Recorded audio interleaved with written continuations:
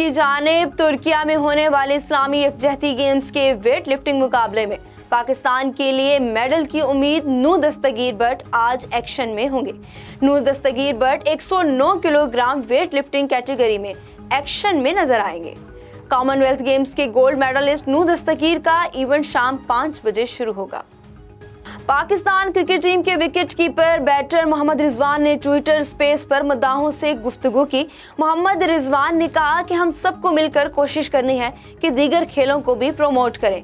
एक ज़माना था कि हॉकी के प्लेयर्स के नाम जुबानी याद होते थे, अभी क्रिकेटर्स को सबकी तवज्जो है, मगर इंशाअल्लाह जल्द दीगर स्पोर्ट्स तरक्की पाएंगे। उन्होंने कहा कि हार जीत खेल का हिस्सा है, मगर आवाम से कहूँगा कि हमें दुआ में याद रखें। बरतानिया में होने वाले कॉमनवेल्थ गेम्स और तुर्की में जारी इस्लामी यकजहती गेम्स में शिरकत करने वाले कौमी एथलीट्स के पाकिस्तान वापस का सिलसिला जारी। कॉमनवेल्थ गेम्स के सिल्वर मेडलिस्ट इनाम भट्ट, मेडलिस्ट नाइब गुल और स्प्रिंटर शजर अब्बास का वतन वापसी पर शानदार इस्तकबाल किया गया। DG Pakistan sports board Asif Zaman ने खिलाड़ियों का इस्लामाबाद एयरपोर्ट पर इस्तकबाल किया।